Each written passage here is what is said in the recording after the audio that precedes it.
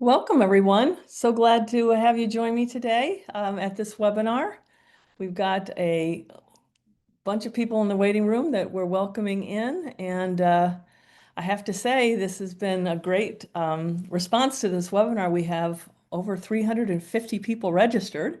I'm sure not all will arrive today. Some will just get the recording, but we're really delighted at the reception to this webinar and look forward to sharing our story because this really is all about you and helping all of you scale your businesses. So for starters, in the chat, I would love to have you perhaps, share where you are and what you're looking to get out of this webinar today.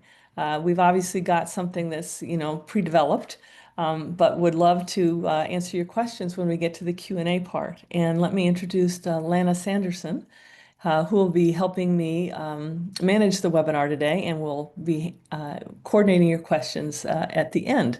So anyway, thank you so much for joining us. And our topic today is really 5 powerful tips to scale you, and as a result of scaling your business. So let me start by just telling you a little bit about me and why I'm doing this today. So my whole MO these days is really empowering business owners to scale. And I got to this point in my life, kind of through an interesting journey, but let me just share briefly. I spent decades in Fortune 500 companies running business operations, very large business operations, and then I got tempted to join a tech startup in 2002, which I did, and really discovered entrepreneurship. Frankly, that tech startup didn't succeed, but you learn a lot of lessons when things don't succeed too. And what that did was launch me on the path of working as an entrepreneur, loving entrepreneurship, as well as working with a number of business owners when they're building their businesses.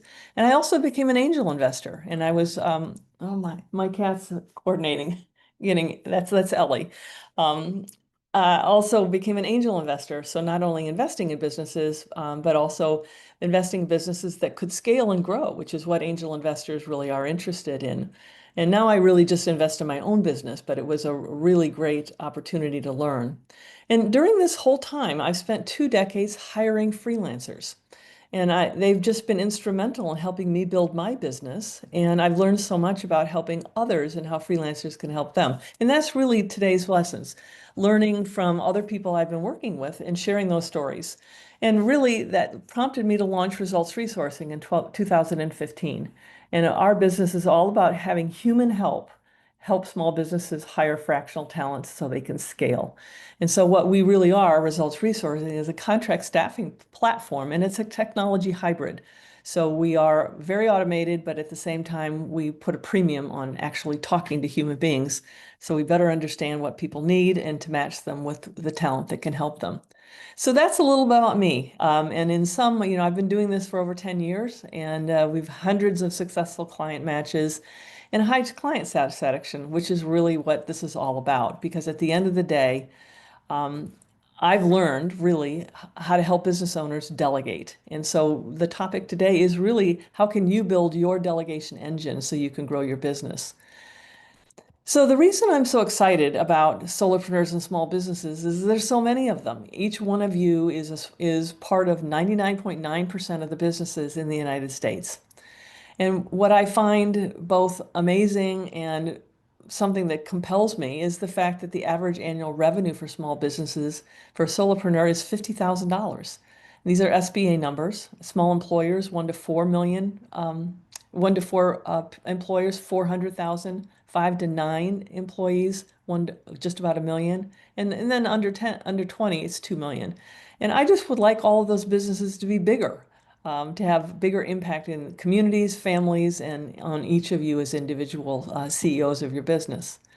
So over the time of doing this business, what have I learned? There's a number of pain points when it comes to scaling a business.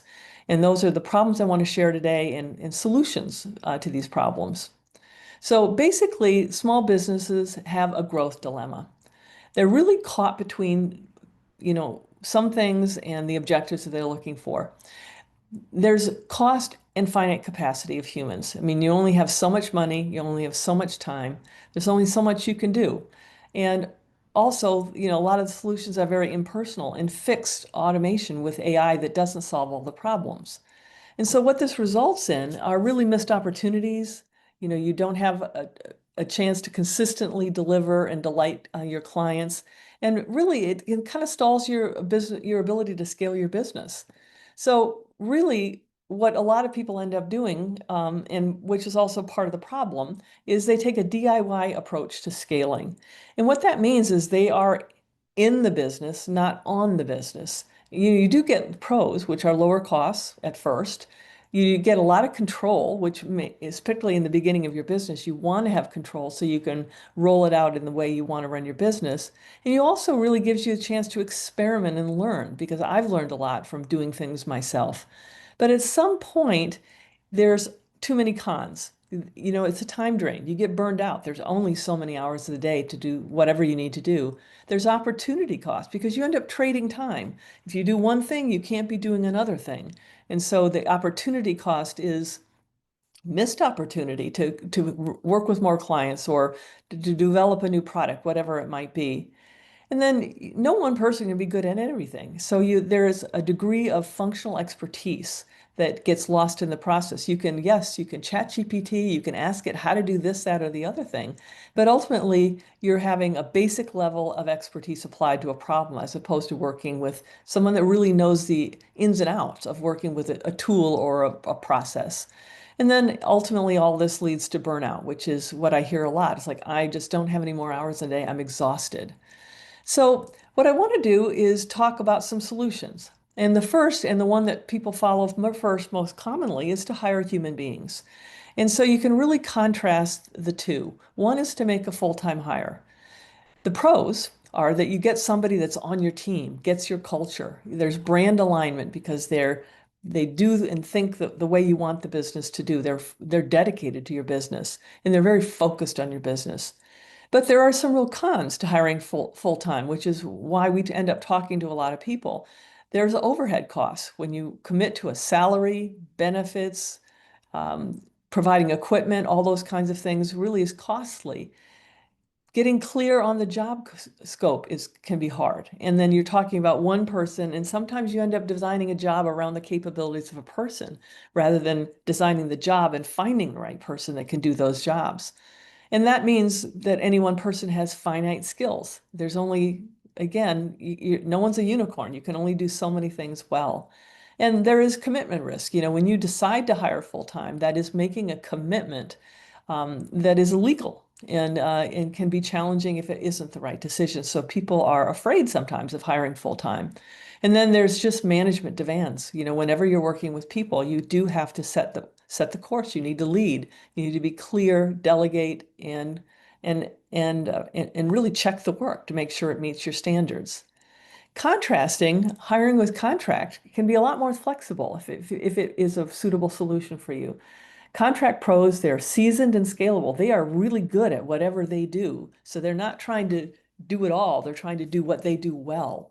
And really, you can get expertise as you need it. You don't have to commit full time. Because in many cases, for small businesses, the need isn't full time for a given type of expertise. So it's very flexible. But of course, there are cons as well with contract hires.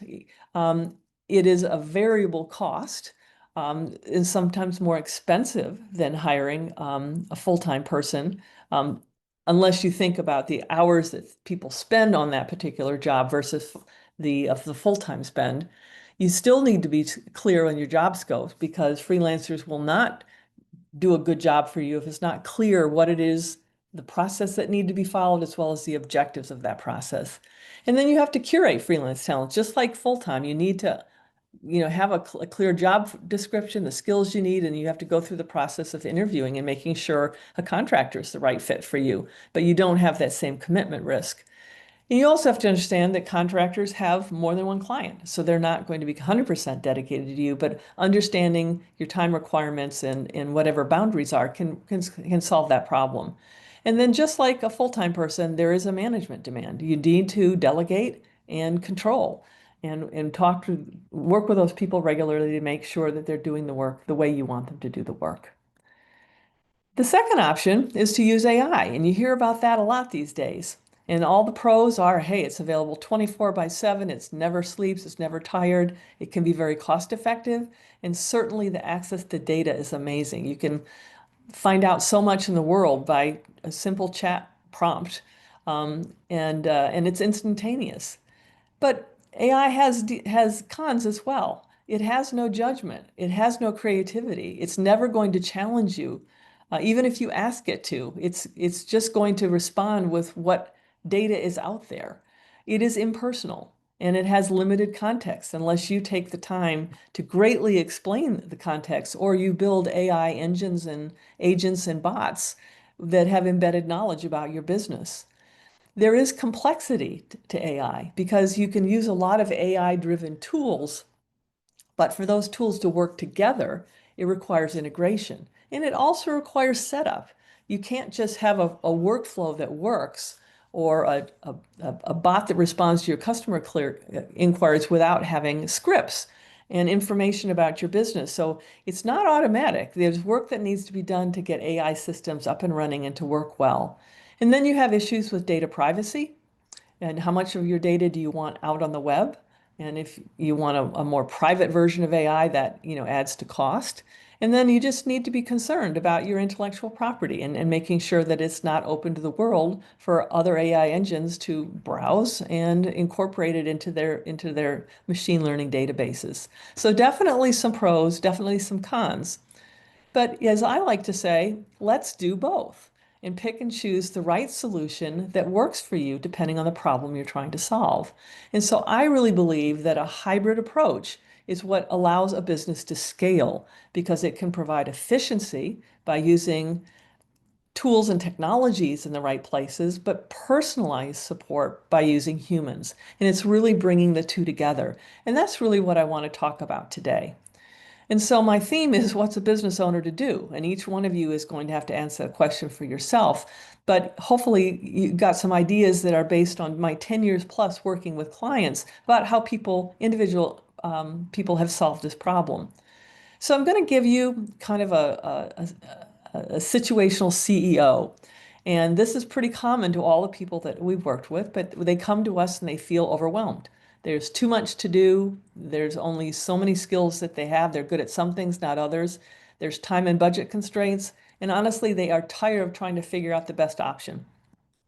So the impact that they've on their business because of all this is that their business has plateaued. They've gotten it to a certain level that by DIY or by the people they have around them can get their business to a certain point, and then it's stopped.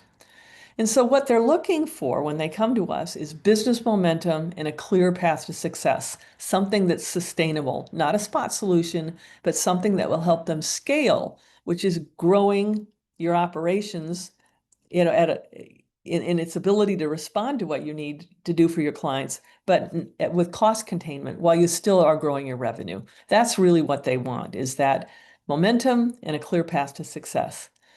And so out of that are 5 tips that I'll be talking about in a little bit more detail. But one is to embrace your role as a CEO, to understand the value of your time, to do what I call core versus non-core work, and I'll explain more what that is.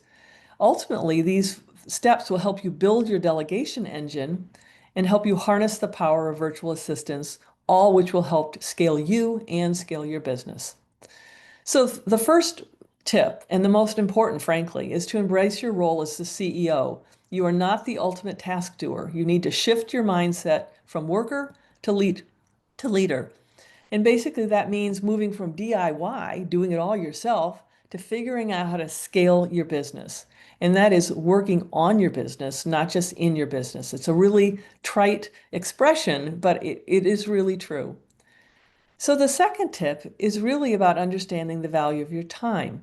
And that is your most valuable asset. And I like to think about time in 2 buckets.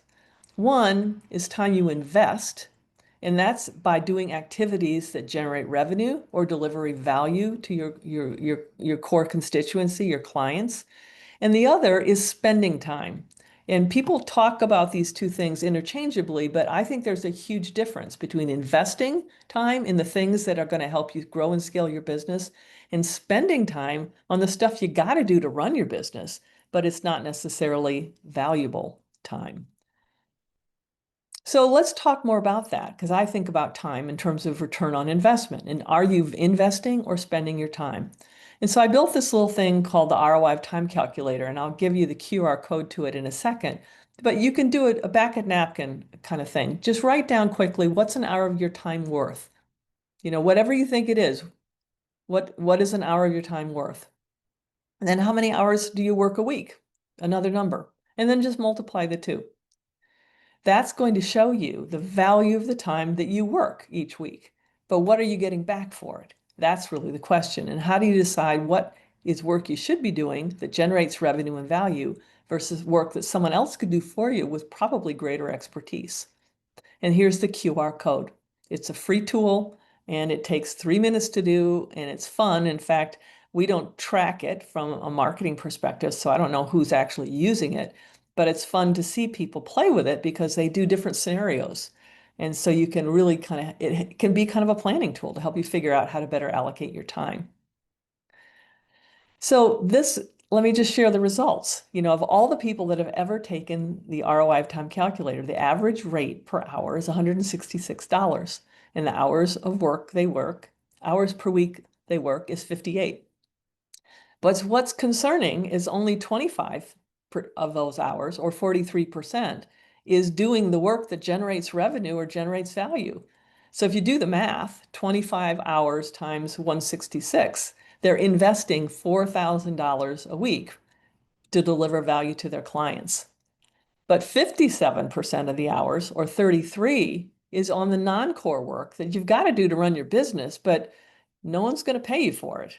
And that spend is $5,500 a week. So to me, how do you shift hours from the non-core work that doesn't generate value to core work that does? And sometimes that's a bit of a leap of faith because that's requiring, if I spend more time with client generating activities, am I going to get those clients? But you kind of need to take that leap of faith if you're going to grow and scale your business. So to me, that's opportunity cost. All that time you spend in non-core work is opportunity cost that you're missing chances to serve clients, expand your reach, whatever it might be. And it's back to that balancing act between the two. So the tip number 3 is doing core work versus non-core work. So I define core work very simply. It's the work your client pays you for. That's as simple as it gets. And that I call your front office. Non-core work is the work your client doesn't pay you for, but you still need to do to run a solid operation. The client will notice it if the non-core work is not done well, but they're not going to pay you to do it. That's a cost to your business. And so to me, it's outsourcing this non-core back office work to an AI-enabled professional, whether that's an AI-enabled professional tool or a person. It can be both. And that's why I really think it's a hybrid approach because AI and tools change all the time, as do people. But I think it's finding the right blend of the two to fit your business. So let's visualize core versus non-core work. If you think about time in a jar, I mean, it's clear right now, but it's finite. There's a lid on it. There's only so many hours in the day. And if you think about your core work being your high ROI priorities, client work, whatever it might be, and you think about everything else as grains of sand because there's so much of it. So if that's your visual, let me just show you 2 different approaches to work. One is a general approach to work. You just get all the stuff done you got to do every day, and then you fit in your top priorities, your client work, your client meetings, whatever it is, and whatever you can fit in after you do all this, work to run your business, you fit in a few priorities, but there's some that don't get done because you don't have enough time. If you take an ROI approach to work, you do the high priority core work things first, and you fill in the grains of sand that you can get done, or you outsource the stuff that has to get done that you don't have time for. But I think this creates a really good visual image of how to think about investing versus spending your time. So what should you do or delegate? These are the things I think that you should do because it's core work. It's anything the client values that generates revenue, profit, and impact, which could also mean investing in new products or new ideas or partnerships or whatever it might be. What you should maybe do are things you really love. I mean, if you really love tinkering with creating prompts for AI or AI agents, do it, but recognize that it's a trade-off that you're spending time versus investing time, and it's that balancing act. And then you should only be doing things that you're good at. If you're not good at it, unless you're trying to just learn to get good at it, there's somebody else out there that can probably do it better. And so delegating is all this stuff, all the bad backroom admin ops stuff that or things that really you require skill or expertise that you don't have, or things you just hate to do and you're not good at. That's all non-core work, which is a cost, which is why there's a minus sign. You got to spend money doing that kind of stuff. But other people can do it better, which frees you up to do the stuff that's core to your business. So these are just some examples. Every business is different, but for the most part, the things that are core in the do list are things that are here around strategy or delivering client value, innovating, partnerships, marketing and social media strategy. That's a really core activity. And anything to build your network, which increases your access to market. Those are all things that are really important with a CEO hat on to do.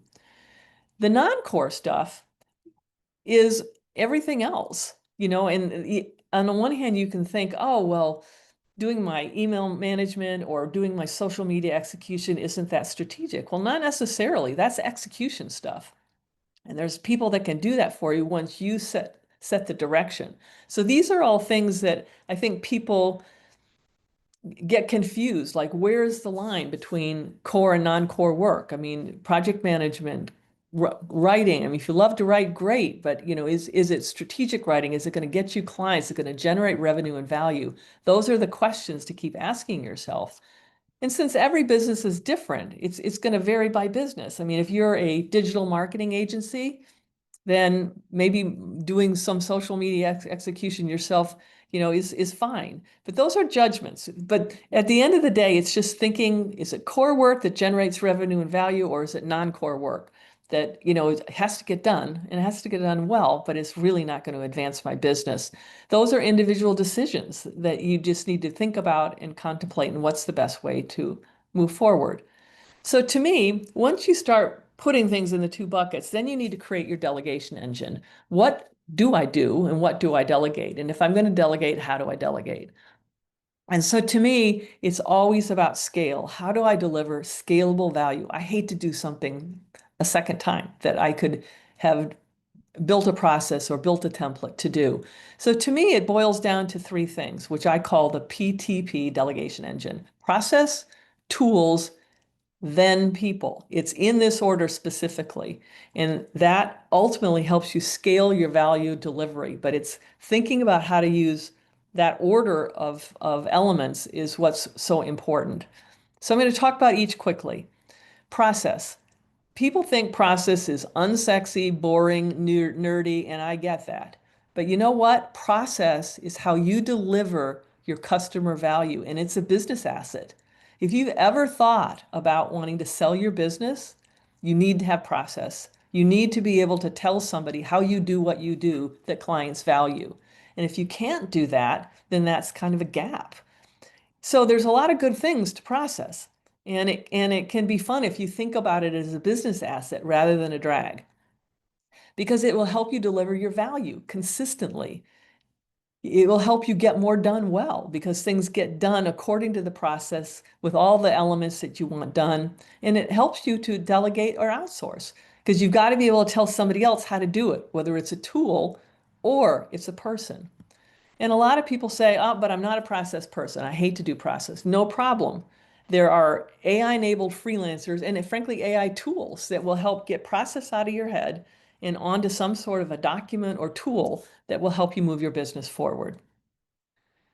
The second, after process, is tech and tools, because you need tools that fit your process, not the other way around. What I find a lot of times people do is there's all these bright, shiny objects out there, this tool, that tool, this tool, that tool, and they just pick one without really thinking about their process, ultimately to invest time and spend time on getting those tools up and running, only to find out that they don't do something crucial to your process. Then you have to buy another tool and go through the whole thing over again. So it's really important to find tools that fit your process, not the other way around, hence the order. And tools help you offload repetitive tasks that even a VA doesn't even want to do. It's a great way to get repetitive tasks done. It lowers your costs because it's a fixed cost. And it helps you embrace AI because more and more tools these days include AI. So you get it as part of the package without having to set it up yourself.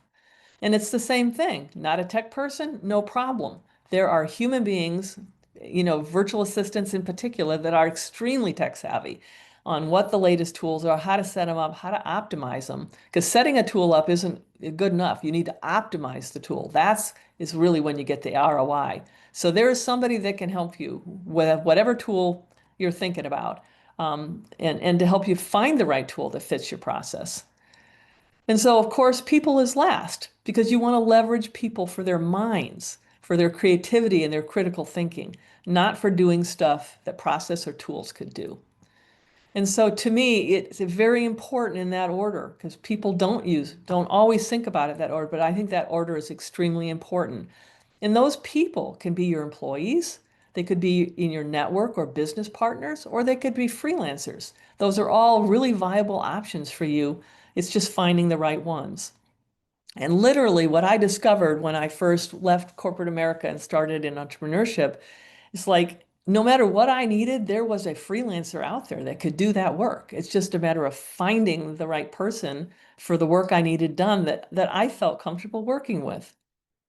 So I'm a big proponent of human plus digital virtual assistants, but I also want to share with you another thing that I've been observing, and that's HVA stands for human virtual assistants.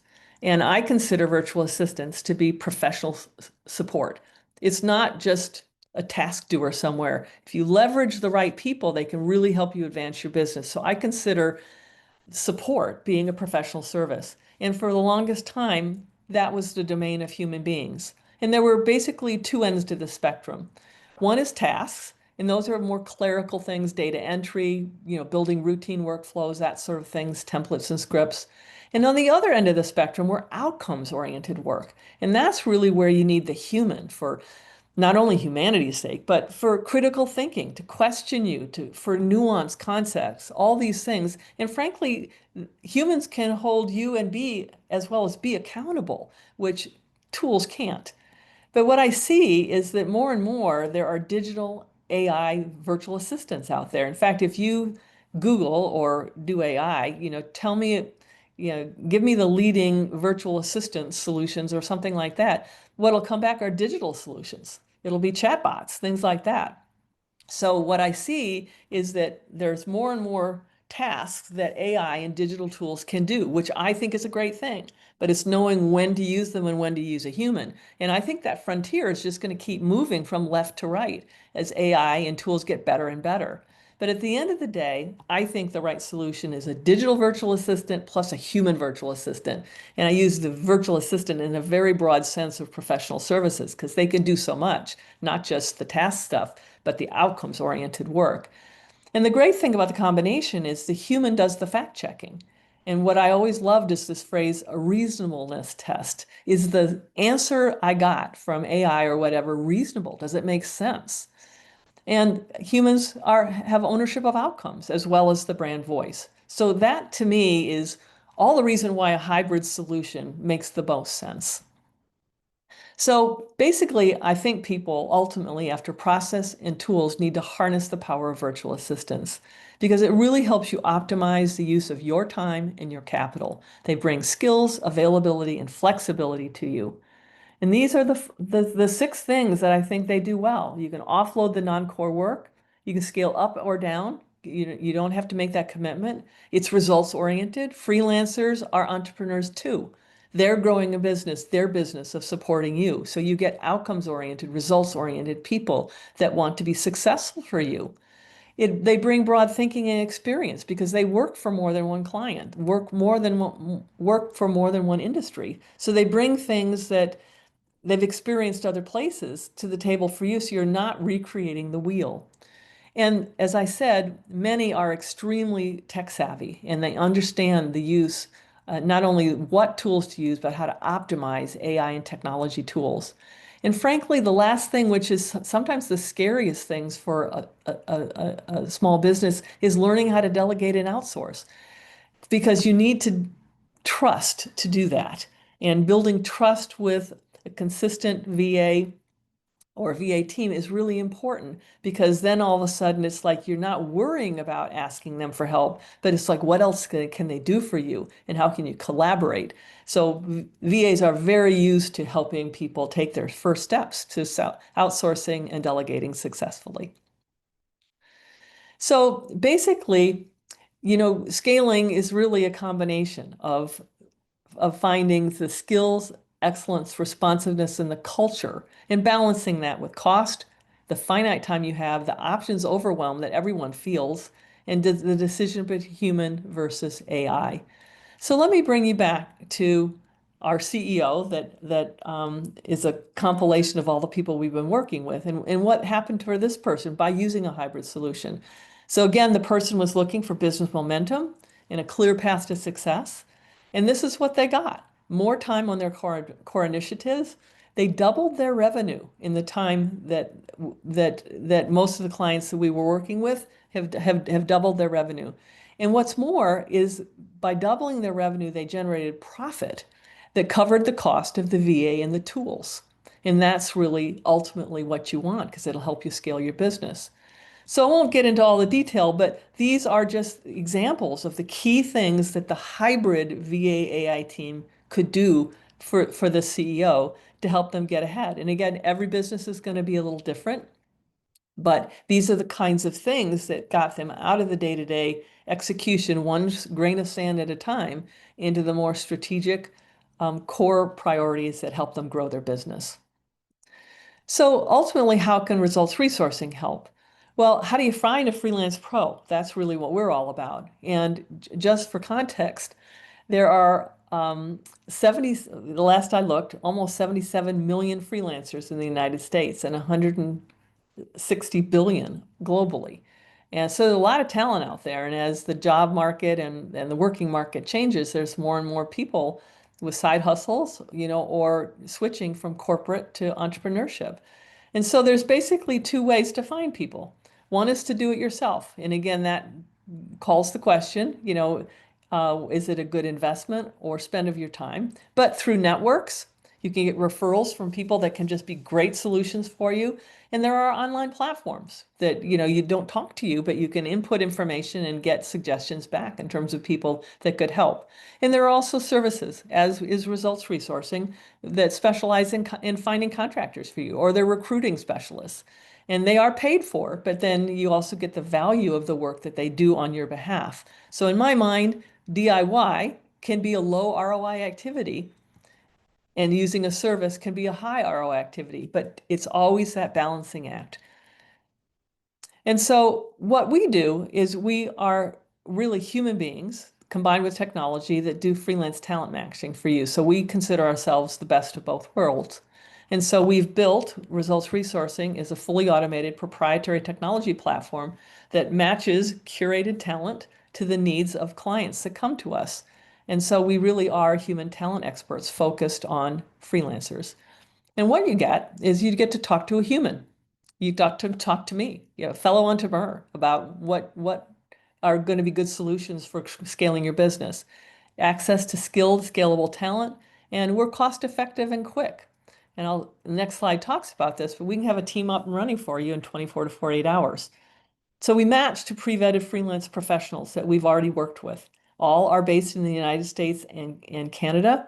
Now there's superb, smart people all over the world that speak and write English well, but that does not necessarily mean that they're skilled in the practices and the culture and communication styles that are necessary. in the United States or Canada, which are our primary locations of our clients. And they're also highly AI skilled. They are teams as opposed to simply individuals. And then there are individuals on those teams. So you can work with an individual person and build that rapport. But you know what? If you suddenly need something that that particular individual can't do, somebody else on the team that can. Probably the most common example is bookkeeping. A lot of people will hire a virtual assistant to do a whole mess of stuff that's administrative and marketing and sales oriented, but all of a sudden they have a bookkeeping need. Well, that person can't do that. So you're back to finding another person. But with our team-based model, there are the individuals you work with plus other people if new skills come up. So there's a lot of skill breadth and depth. And we don't charge any minimums, no retainers, and our teams can be ready to go for you in 24 to 48 hours after we've come to an agreement of what it is you need. These are our most popular roles, and we guarantee satisfaction. I am all about results, which is why we named the company Results Resourcing. And my goal is really to help you scale. In fact, I think of my purpose as being empowering the purpose of others. That's really what makes me feel good at night when I go to bed, and that's really what our whole business is about. So briefly to some, our goal is to help you maximize your impact, whether you're applying the principles that we've talked about today, or if ultimately you'd like to work with us. But it's like embracing your role as the CEO. That's the starting point if you're really going to execute the rest of the tips. Understanding the value of your time. Doing core work, not the non-core work that someone else can do for you, probably better and faster. You need to build your delegation engine. So it's starting at the top and thinking strategically about how you want to invest and spend your time and finding the right resources to do it for you, and harnessing ultimately the power of virtual assistants in the broadest sense of that word as a professional service. So when I use the word VA, but what I mean is virtual assistants, not a person necessarily, because you really need a community to get all the things done that you need. So with that, I want to thank you for joining us today, because it really is all about you and helping you scale yourself and your business. And if we're going to have a Q&A now, but if through my talk and through the Q&A, your questions didn't get answered, here's a QR code to set up a time with me. We call them jumpstart calls. They're no obligation. I'm just happy to share more about what we've learned and help you get ideas about how you can grow and scale your business.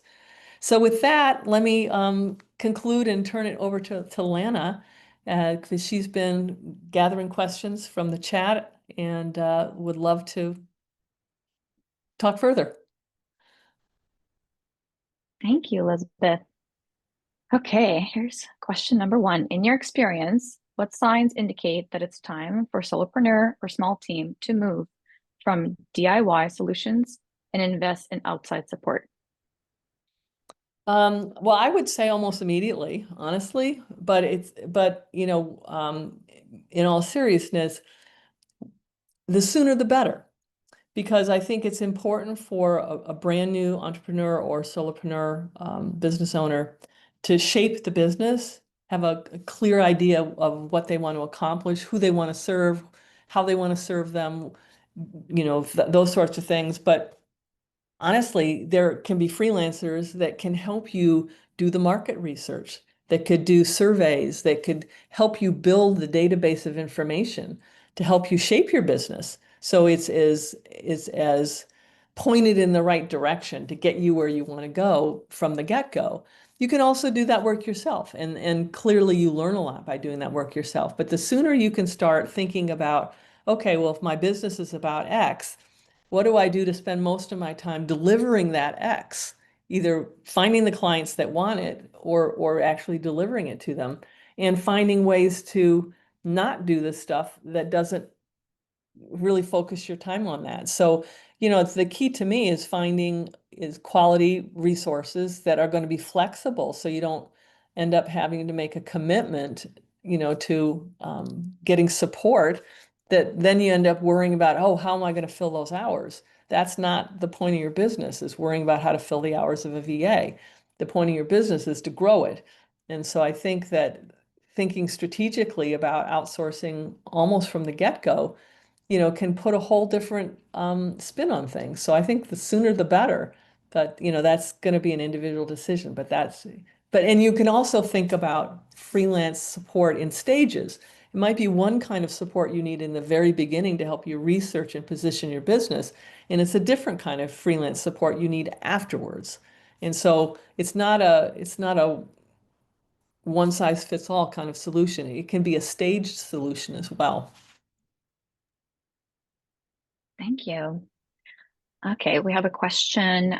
Can you help us with LLC support and copyright process of our products, Elizabeth? How do we get started? Yes. So there are teams that are very familiar with setting up businesses and as opposed to like using, online services. In fact, one team we have two paralegals, on one team that we have. So yes, it's just helping get clear on what are the steps you need to take based on where you are in your business. We can absolutely help with that. Given limited hours in finance, what's the best way to get started with a VA? Is there limited hours that I have to commit to? As I mentioned before, there's no minimums. We basically actually charge a 1 hour job deposit just to get that side of the platform up and running. But yeah, there really are no minimums. And I did that deliberately. I mean, and I can do that because of our automation, but I did that deliberately because I really find that, as mentioned a moment ago, having to worry about how to fill a 10-hour a week minimum or whatever it might be is counterproductive. That is a non-core activity. That is worrying about those grains of sand, that someone figuring out how many grains of sand somebody can do for you. And so I really think that no minimums is the way to go. So it's really kind of a budget. I mean, US resources are more expensive than offshore resources, but the value is also different as well. But both can be super effective, for your business, depending on what you want. So it's not a better or worse situation. It's a trade-off. But at the end of the day, you can basically, what I think the optimum solution is to figure out what your top priorities are in terms of moving your business forward. And then whatever your budget might be, or that you're willing to invest, in talent, and then kind of getting the business the scope from the VA service, so you understand to do your top priorities, it's going to require X hours at X cost, and then it's a matter of prioritizing, because literally I'm seeing people start with 2 hours a week, which is less than $100, 2 or 3 hours a week. And all right, let's just whittle away at the top priorities. And then as people start seeing results from the work that's being outsourced, the trust is built. They get more courageous about delegating and outsourcing, and they're starting to already see a return on having that work outsourced. And so what I see frequently is they might start with 2 or 3 hours, and then in a couple of weeks they're up to 4 or 5 hours because they see it's worthwhile. And so there's no magic, to the number of hours, but there's a process to it, so you can get, the best ROI, from using your funds wisely. Because the money is always tight, no matter how big your company is. You always have financial constraints. Thank you. George has a question. He wants to know what these types of services, what do they cost? Well, for us, we have, sorry, my cat is bothering me. She's gone now. Yeah, so basically what results resourcing did is we thought about work in buckets. We have three primary buckets: a basic virtual assistant or a social media assistant bucket, which is our lowest tier. That's $45 an hour. Our middle tier, which is the bulk of the work that people do with us, it includes an executive assistant, which is a higher level of responsibility and execution ability, project management, lead generation and biz dev support, bookkeeping. Those kind of roles are all $55 an hour. We have a higher tier at 65, which is an online business manager, for example, which is a different level of operational involvement. And then another job, which is kind of an exciting job, which is basically e-commerce platform support. So if you're an Amazon seller or an Etsy seller, setting up storefronts and optimizing those storefronts so you can do good product positioning and manage, the fulfillment, that kind of stuff. That's a level. We also have a custom job level, but those are our three ranges. And our goal is to work with clients to get them in the right bucket. And then if they end up doing work that is in two buckets, then we just charge a hybrid rate. So there might be some general administration stuff at $45 an hour, but the bulk of the work is at the $55 a rate. So we really just try to be flexible and get people in the right bucket based on what is the general level of work that people want done. Hopefully that answered the question, George. Happy to talk further or answer a follow-up question. Thank you. There goes a thumbs up. So we have some more questions about bookkeeping. This requires us to share a lot of financial information.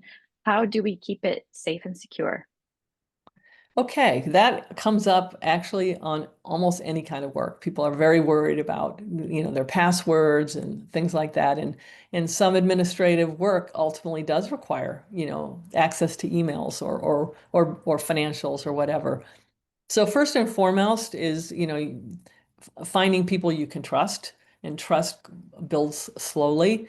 So whether it's bookkeeping or whatever it might be, bookkeeping is a little bit more of a challenge because it requires access immediately to provide good results. But starting with lower risk activities generally to get comfortable with somebody, moving to higher risk or sharing more secure information is a good path to follow. But with most of the VA teams, I mean, they use systems like LastPass, so they're not actually accessing your passwords. They're using that kind of a system to access into your system.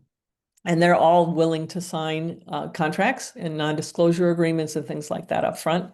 But, that does require a bit of a leap of faith, but the key is finding people that are trustworthy to do that work for you.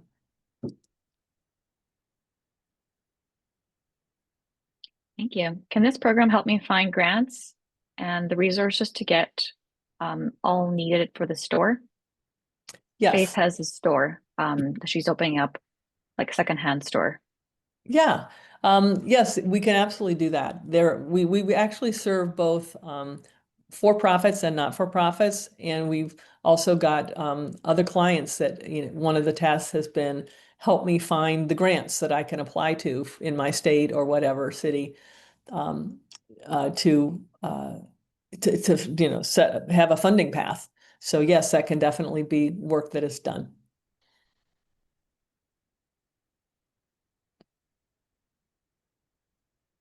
Does the result resourcing assist with business development, establishing pipelines, new potential clients, things like that? Yes, we have a specific job that we developed that we call on-demand biz dev and lead generation support, because so many people were coming to us. They were looking to leverage LinkedIn, Facebook, other platforms. Maybe they had, they had LinkedIn Sales Navigator, and they're looking to really hone in on their target market and then just build a systematic approach that is workflow driven, that, will reach out to people and really get involved. Lana, for example, helps me with a lot of those things, and she actually works with me on various platforms that I'm on so I keep up, with different messaging and things like that. If you think about LinkedIn messaging, I get so many LinkedIn messages, and she's, helping me keep up with all of that. So we built a whole job, around that and around that role because it comes up so often. So that's definitely something that that the service can help tee up the leads so you take over at the right time, to actually make the sale. I would say that generally speaking, freelancers are sales and biz dev support as opposed to salespeople. Thank you. Does your service include business development for construction companies? That's from David Garcia. I don't think we've ever done had a client do for business development for construction, but I actually don't think it would be any different. We have been support a number of construction businesses, um, from an administrative and marketing perspective. But I think the same principles would apply in terms of it's a target market and it's building the correct materials and the best strategy for outreach. So our experience is not in that, but I think we could easily do that um, from an industry perspective. Thank you.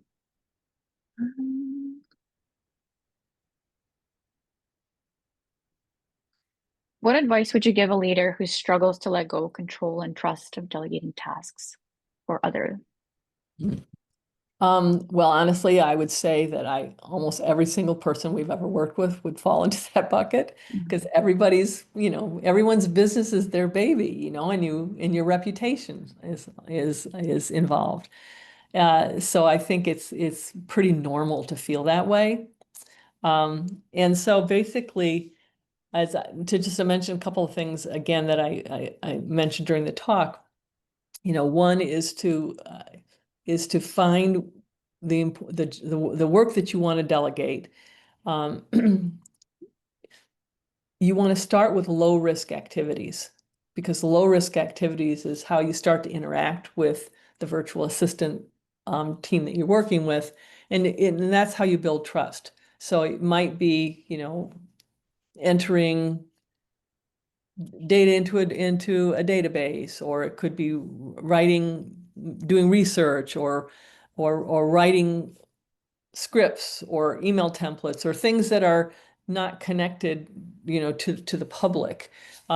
That's a great way to start working with a team or with a virtual assistant to get practice, not only in developing a process that works for you, a delegation process, a methodology that the two of you can practice together.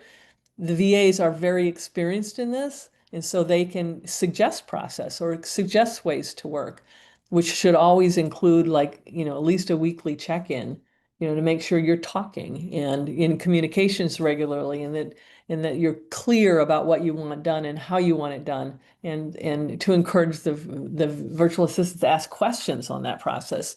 Because, what you say and what someone hears isn't always the same thing. So I think I would say starting with low risk activities will help you develop a relationship and a rapport that will build trust. And so I think that's key. And then just making sure that you don't work with just anybody. It's like, if your neighbor recommends somebody, your neighbor doesn't necessarily understand the ins and outs of your business. So you've got to do the curation. You've got to make sure that you're satisfied with the credentials, of the person that you're going to work with. So somebody needs to do that. But ultimately, you as the CEO of your business are responsible for that final decision. Like, yes, I want to work with this person. And so it's a combination of their references or not references, but uh, their resume, their work history, and how you feel about them. Because some of it's just a interpersonal thing that you feel good, you feel rapport with somebody. There's chemistry there, but ultimately it's building trust that's based on knowledge of that person's skills and ability, your comfort level with that person, and starting slow um, to build the process and the working relationship. Thank you. Do you keep updates with US laws, compliances, so the client and us don't get sued? I'm not quite sure how to answer that question Mhm. because if you're talking about workplace compliance, like, these are contractors, they're not employees. So, the rules are different state by state and they're changing constantly. So we are very conscious of the fact that, the freelancers are independent businesses. They have more than one client. They're working uh, they're not working full time. There's just there's a whole set of things that are flags for whether, somebody is an employee versus a contractor. So, but ultimately, once matches occur, you start working with a freelancers. There's no one's really watching that. That's something that, you're working yourself day to day with whatever contract resources that you're working with. So I guess I would say we are highly aware of the legal environment, but you're not employing a person. You're not employing you're not an employer. You're in an independent contractor relationship with the freelancers. Perfect. Thank you. I think there was a follow-up questions too. Is your team all over or do you have a home base? I think that's related to like we have teams in US and Canada you mentioned. So I think that's Right. Yes, they're in the U.S. and Canada. The principals are in the U.S. and Canada. Some teams have some resources offshore as well that they manage within them. They don't ask the client to work with offshore, but it might be some developers or skills that are kind of behind the scenes for them. But yeah, we don't have a home base in any one place. We're a completely virtual company.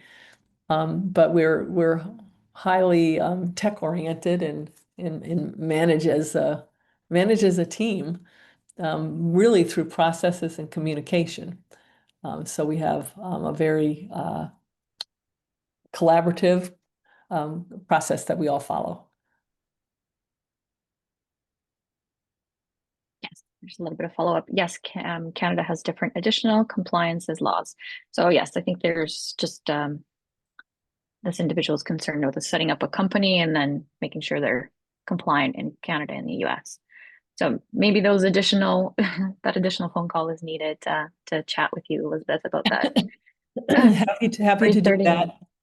But Perfect. ultimately we are also not lawyers, so if we can do a lot of things, do a lot of help based on our experiences, things like that, but happy to talk further. And some of those questions you might be best served by actually talking to an attorney. Perfect. Thank you. Will I get a chance to meet the team lead? Absolutely. Yep. No, I mean, it's like, to me, the human connection is critical. And it has to be both ways. I mean, it's like, the freelancers need to like you too, or feel chemistry, to really do the work well. So yes, our whole process starts with someone like me, really talking an exploratory level about what you're looking to accomplish and the kind of the not only today but future oriented. I mean, it's like your immediate needs need to get solved, but you also need to be thinking about, okay, what do you need going forward? So the team can respond to your immediate needs as well as the future. But it starts with someone like me. And then we always introduce you to the team lead. Lana, for example, is one of our team leads. You meet Lana ahead of time, to talk further. She would already know what I know, about your business based on our initial conversation. So she's not starting from square one. You're not having to repeat the story. But she would have more questions and you would get to know her. So yes, that is part of our process. And only after you've seen the job we think is the right job for choice for you, and you've met the team. Literally, when you say go, that's when our timeline of 24 to 40 hours starts. We can really get you set up and running quickly on your timetable. But the key is that you know and like the people that you're going to be working with. Perfect. We only have 1 minute left, and I'll try to squeeze in one more question from Marcus. Do the teams that you have help with setting up suites for individuals who provide services like hairstylists and aesthetics and things like that? Suites as in physical suites? I think so. So we are virtual. Yes. So all of our services are provided virtually. So for someone that needed on-site help setting up suites or on-site event management, those are things we can't help with because we don't have people in all the places that people live and work. So that we can't help you if that's what you need.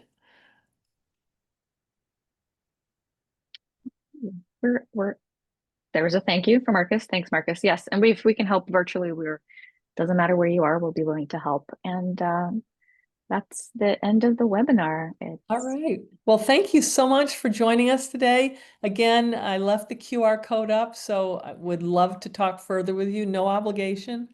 It's a totally free, no obligation call. I get immense satisfaction out of talking with entrepreneurs and helping them figure out how to, move their business and ambitions forward. And if it involves us, great. If it doesn't, I still feel good about it. So thank you so much for all your questions and attending today. And you will get a copy of the recording. Will be sent out to you automatically. And I truly hope to connect with you on LinkedIn and hear from you. So thank you so much for joining us today. Have a great rest of your day.